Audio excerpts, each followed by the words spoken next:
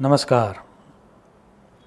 एक प्रश्न जो बार बार मुझे पूछा जाता है और वो प्रश्न ये है कि हमारे विकास के लिए, जीवन को रूपांतरण करने के लिए या किसी भी तरह का ट्रांसफॉर्मेशन लाने के लिए कितने सद्गुण, हाउ मैनी वर्च्यूज़ हमारे अंदर होना चाहिए या होने चाहिए। अब उसी का जवाब देते हुए चाणक्य जी का ये कहना है कि कितने सद्गुण होने चाहिए ये प्रश्न नहीं है।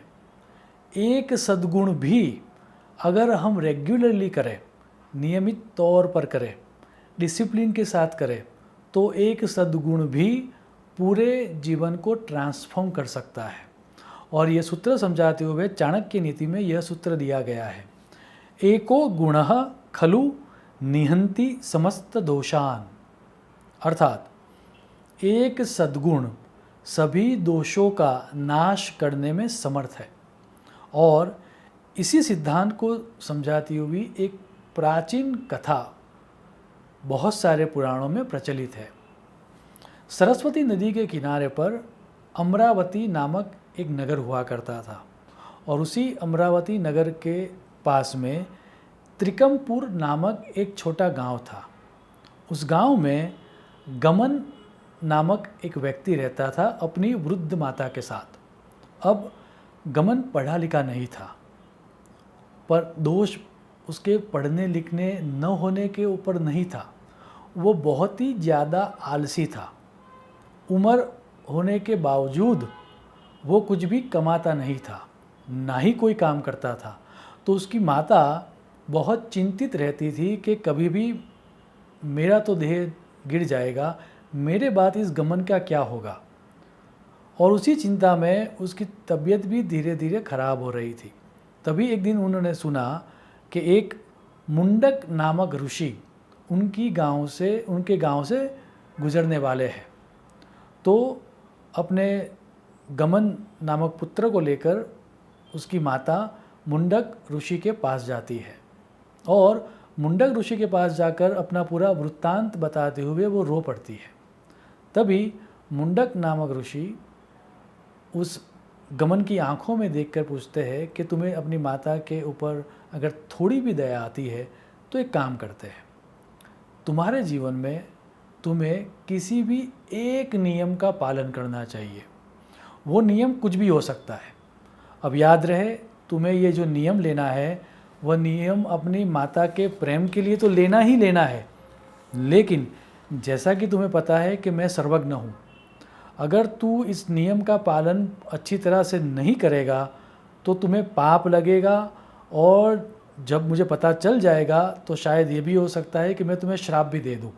तो कोई भी एक नियम ले लो, नियम कौन सा लो ये तुम्हारी चॉइस है, लेकिन जो भी नियम लो उसका पालन तुम्हें चाहे कुछ भी हो जाए करना होगा। तो गमन थोड़ा सोच के ऋषि के सामने देख के ये बोलता है कि अच्छा चलो एक नियम आज से लेता हूँ। और उसने ये नियम लिया कि हर रोज़ सुबह उठ के मैं 1 लोटा पानी पीऊँगा। अब उसकी माता ने बोला ये कैसा नियम है, नियम तो कुछ अच्छा होना चाहिए, ये कोई नियम थोड़ी हुआ। वो आगे कुछ बोले उससे पहले मुंडक ऋषि उसको रोकते हैं और कहते हैं कि नहीं, बहुत अच्छा नियम है, लेकिन याद रहे चाहे कुछ भी हो जाए इस नियम का पालन तुम्हें सर्वथा सर्व अवस्था में करना है। उसने बोला सही है। अब गमन को तो मज़ा आ गई। हर रोज़ सुबह वो उठता, 1 लोटा पानी पीता और वापस सो जाता और अपनी माता से बोलता चलो नियम का पालन हो गया, आप भी खुश मैं भी खुश। लेकिन उसकी माता बहुत चिंतित रहती क्योंकि इस तरह से तो एक जो आशा थी कि ऋषि की सलाह से शायद उसके जीवन में रूपांतरण आएगा, वो भी नहीं आया। लेकिन गमन आइदर माता के प्रेम के कारण या फिर ऋषि के डर के कारण नियम का पालन डिसिप्लिन तरीके से करता था। हर रोज़ चाहे कुछ भी हो जाए वो सुबह उठेगा, अपना दंत मंजन दैट मीन्स ब्रश आदि करेगा और 1 लोटा पानी पिएगा। कुछ दिनों के बाद ऐसा हुआ कि गमन की माता बीमार हो गई, तो वो कुएं से पानी भरने जाने में असमर्थ थी।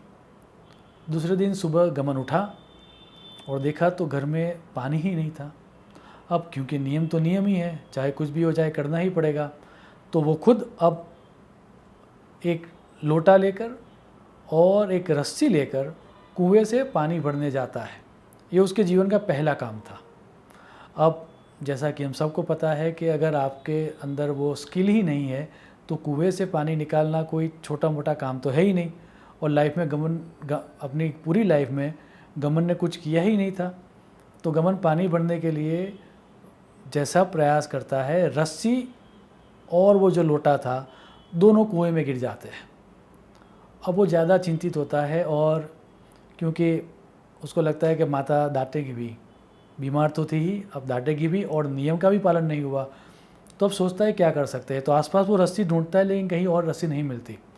तब थोड़ा और दिमाग लगा के ये सोचता है कि मैंने कभी कभार माता को रस्सी बनाते हुए देखा तो है ही, और घर में बांस की कमी तो है नहीं, चलो आज के लिए यही सही, मैं रस्सी बना लेता हूँ।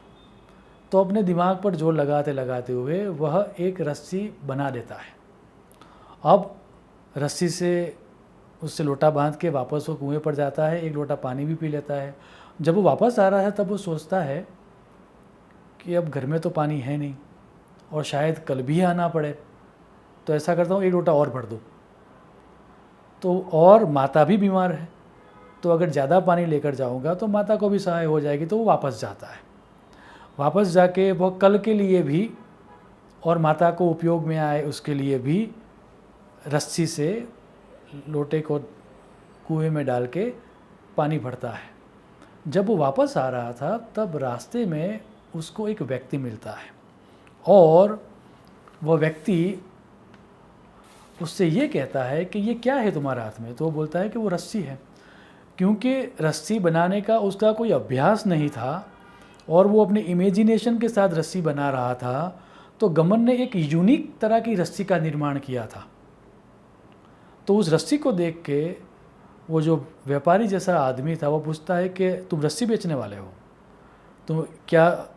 तुम ये रस्सी बेचोगे मुझे।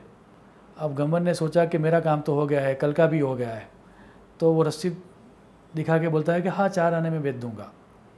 तो वो रस्सी 4 आने देकर वो रस्सी लेता है वो व्यक्ति, फिर रस्सी को ऑब्जर्व करता है, और ऑब्जर्व करने के बाद बोलता है कि ऐसी यूनिक रस्सी तो मैंने आज तक मेरी लाइफ में नहीं देखी, क्या तुम्हारे पास ऐसी भी कोई यूनिक रस्सियाँ और है घर में। तो गमन ने बोला कि मेरे पास है नहीं, लेकिन मैं तैयार कर सकता हूँ। तो वो कहता है कि कल कितनी दे पाओगे। तो वो कहता है 5। तो गमन कल 5 जो रस्सी देने वाला था उसके पैसे वह व्यापारी एडवांस में देकर चला जाता है, और गमन घर पर जाकर 5 रस्सियाँ और बनाता है। अब स्टोरी आगे बढ़ती है, और 5 से वो 10 होती है, 10 से वो 50 होती है, 50 से वो 500 होती है। क्योंकि वो जो व्यक्ति था वह व्यक्ति अमरावती नगर का था, और वहाँ पर रस्सियों की शॉर्टेज थी। तो आगे जाके स्टोरी ये कहती है कि गमन एक बड़ा व्यापारी हो जाता है, और जीवन की अवस्थाओं में जो जो चीज़ें प्राप्त करनी चाहिए, वो खुद अनएम्प्लॉयड था एक ज़माने में, लेकिन आज उसकी रस्सियों का एक तरह का कारखाना हो जाता है, और उसकी रस्सियों की बनावट जो यूनिक थी वो इतनी प्रचलित हो जाती है कि पूरे नगर में, अमरावती और उसके आसपास के शहरों में भी लोग यही बोलते हैं कि गमन की रस्सी चाहिए। स्टोरी ये कहती है कि एक सद्गुण, एक लोटा पानी सुबह पीने का अगर नियमित तौर पर किया जाए, रेगुलरली किया जाए, तो पूरे के पूरे लाइफ को ट्रांसफॉर्म कर सकता है। कथा का सार यही है कि एक सद्गुण भी पूरे जीवन को बदल सकता है। हम सब भी ऐसे ही किसी सद्गुण को पकड़े और उसको डिसिप्लिन तरीके से रेगुलरली करें, तो मेरा पक्का विश्वास है over a period of time वह सद्गुण हमारे पूरे के पूरे जीवन को ट्रांसफॉर्म कर देगा। शुभम भवतु। प्रणाम।